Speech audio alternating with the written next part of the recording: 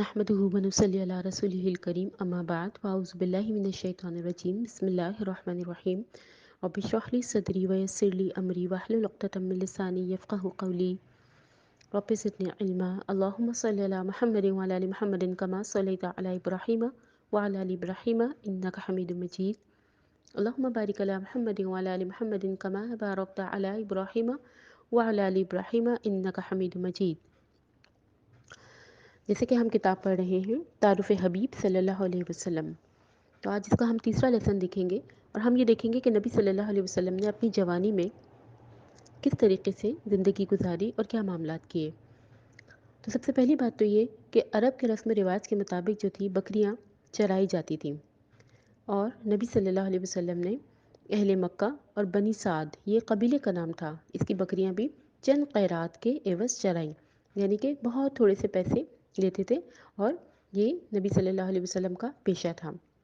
مالدار لوگ منافع کی شراکت پر آپ کو سامان تجارت بھی دیتے تھے، یعنی نبی صلی اللہ علیہ وسلم نے اپنی جوانی میں بکریاں چرانا اور اس کے علاوہ تجارت کا کام بھی کیا۔ تجارت کے غرض سے آپ ملک شام کا سفر بھی کرتے تھے اور صادق اور امین کے نام سے پہچانے بھی جاتے تھے۔ پھر دوسرا یہ کہ جب آپ جوان ہوئے تو آپ کو خیال ہوا کہ تجارت کرنی چاہیے، لیکن آپ کے پاس چونکہ مال و اسباب نہ تھے، تو اس وقت مکہ میں ایک نہایت ہی شریف خاندان کی ایک بیوہ عورت تھی جن کا نام تھا خدیجہ۔ وہ بہت مالدار تھیں، ان کے پاس پیسہ بھی بہت تھا۔ انہوں نے نبی صلی اللہ علیہ وسلم کی جب سچائی، دیانتداری اور ان کے اوصاف سنے تو درخواست کی کہ وہ نبی صلی اللہ علیہ وسلم حضرت خدیجہ کے کاروبار کو آگے بڑھائیں۔ نبی صلی اللہ علیہ وسلم ان کا مال لے کر تجارت کو گئے، ساتھ میں حضرت خدیجہ کے غلام میسرہ بھی تھے۔ انہوں نے میسرہ نے تمام خوبیاں جو تجارت کے دوران ہوئیں، سفر کے دوران ہوئیں، وہ خود دیکھیں، اور آ کر جب تمام حال حضرت خدیجہ کو بتایا تو حضرت خدیجہ نے،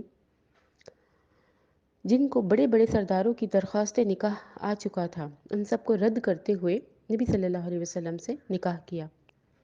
اس کا مطلب کہ حضرت خدیجہ رضی اللہ تعالیٰ عنہ نے مال و دولت نہیں دیکھا، سرداری نہیں دیکھی، بلکہ ایمانداری دیکھی، اور اس شادی میں کامیابی بھی ہوئی۔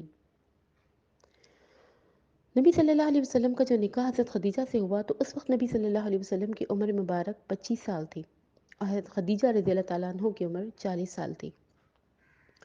آپ یہ دیکھیے کہ ہمارے معاشرے میں لڑکی کو کم عمر اور لڑکے کی عمر زیادہ ہونی چاہیے، اس کا رواج ہے، جبکہ سنت ہمیں کیا بتاتی ہے؟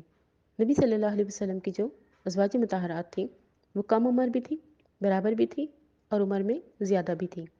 اس کا مطلب اسلام اور سنت ہمیں عمر کے بارے میں کوئی قید نہیں لگاتا کہ اتنی عمر ہونی چاہیے، چھوٹا ہو یا بڑا ہو۔ ایک حدیث میں آتا ہے نا کہ نکاح کے لیے 4 چیزیں ہیں، اور ان میں سے کامیاب ہوا وہ شخص جس نے دینداری دیکھی۔ یعنی کیا کیا چیزیں ہیں؟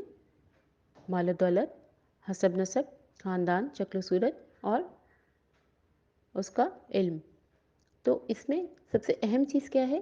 جس نے دینداری دیکھی وہ کامیاب ہوگا۔ عموماً ہم دیکھتے ہیں یہ ساری چیزیں، لیکن کامیابی کس میں ہے؟ جس نے دینداری دیکھی۔ تو بہرحال نبی صلی اللہ علیہ وسلم کا جو حضرت خدیجہ سے نکاح ہوا تو نبی صلی اللہ علیہ وسلم کے نکاح کے بعد 25 سال تک حضرت خدیجہ جو تھیں وہ زندہ رہیں، اور نبی صلی اللہ علیہ وسلم کو حضرت خدیجہ سے بہت زیادہ محبت تھی، اور حضرت خدیجہ کی وفات کے بعد آپ اکثر محبت سے ان کا ذکر کرتے تھے، یہاں تک کہ حضرت خدیجہ رضی اللہ تعالیٰ عنہ کی سہیلیوں سے بھی عزت اور شفقت کا برتاؤ کرتے تھے۔ حضرت خدیجہ سے شادی کے بعد نبی صلی اللہ علیہ وسلم کا سارا وقت اللہ کی عبادت اور بنی آدم کی خیر اندیشی میں گزر بسر ہوتا تھا۔ نبی صلی اللہ علیہ وسلم کی جوانی کا ایک واقعہ جو خاص ہے وہ یہ کہ جب آپ 35 سال کے تھے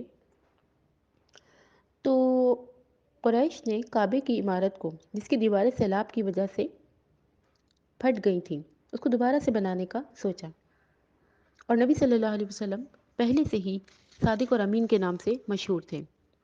اب عمارت تو سب نے مل کر بنا لی، لیکن حجر اسود جب رکھنے کا وقت آیا تو سخت اختلاف ہوا، کیونکہ عربوں میں عادت تھی بات بات پہ جھگڑا کرنا ہے۔ 4 دن تک جھگڑا چلتا رہا۔ آخر ایک بڑی عمر کا جو شخص تھا اس نے فیصلہ دیا کہ صبح سویرے جو سب سے پہلے یہاں پہ داخل ہوگا اس کے ہاتھوں سے جو ہے وہ ہم جو حرم میں آئے گا پہلے اس کے ہاتھوں سے ہم یہ پتھر رکھوائیں گے۔ اور جب صبح ہوئی تو سب سے پہلے نبی صلی اللہ علیہ وسلم آ گئے۔ سب نے دیکھتے ہی کہا حاذل امین رضیناہ، ہم راضی ہیں اس پہ، یہ تو امین ہے۔ یعنی تمام لوگ نبی صلی اللہ علیہ وسلم کو شروع سے ہی نبوت سے پہلے ہی صادق اور امین کے نام سے جانتے تھے اور بہت احترام کرتے تھے۔ سب خوش ہو گئے، لیکن نبی صلی اللہ علیہ وسلم کی معاملہ فہمی دیکھیے کہ آپ نے کیا تدبیر کی کہ آپ نے ایک چادر بچھائی، اس پہ حجر اسود رکھا اور تمام قبیلے کے سرداروں کو بلا کے اس چادر کے ذریعے حجر اسود جو تھا وہ رکھوایا، اور نبی صلی اللہ علیہ وسلم نے اسے اٹھا کر کونے پر اور طواف کے سرے پر لگا دیا۔ تو اس طریقے سے آپ نے جو تھا ایک خونخوار جنگ جو ہونے والی تھی اس کو روک دیا اپنی عقل مندی سے۔ تو اس طرح کے واقعات نبی صلی اللہ علیہ وسلم کی جوانی کے ہمیں ملتے ہیں، جس سے ثابت ہوتا ہے کہ نبوت سے پہلے بھی نبی صلی اللہ علیہ وسلم صادق اور امین کے نام سے مشہور تھے، اور وہاں پر یعنی عرب میں جو تھا لوگ ان کی بہت زیادہ عزت کیا کرتے تھے۔ تو یہ ہم نے مختصراً جو تھا نبی صلی اللہ علیہ وسلم کی جوانی کے معاملات دیکھے۔ اللہ تعالیٰ سے دعا ہے کہ اللہ تعالیٰ ہمارے بچوں کی اور ہماری جوانی کو دین کے بہترین کاموں میں استعمال کرنے کی توفیق عطا فرمائے اور ہم سے دین کے بہترین کام لے لیں۔ وآخر دعوانا ان الحمد للہ رب العالمین۔ اللہم صلی علی محمد وعلی آل محمد کما صلیت علی ابراہیم وعلی آل ابراہیم انک حمید مجید۔ السلام علیکم ورحمۃ اللہ وبرکاتہ۔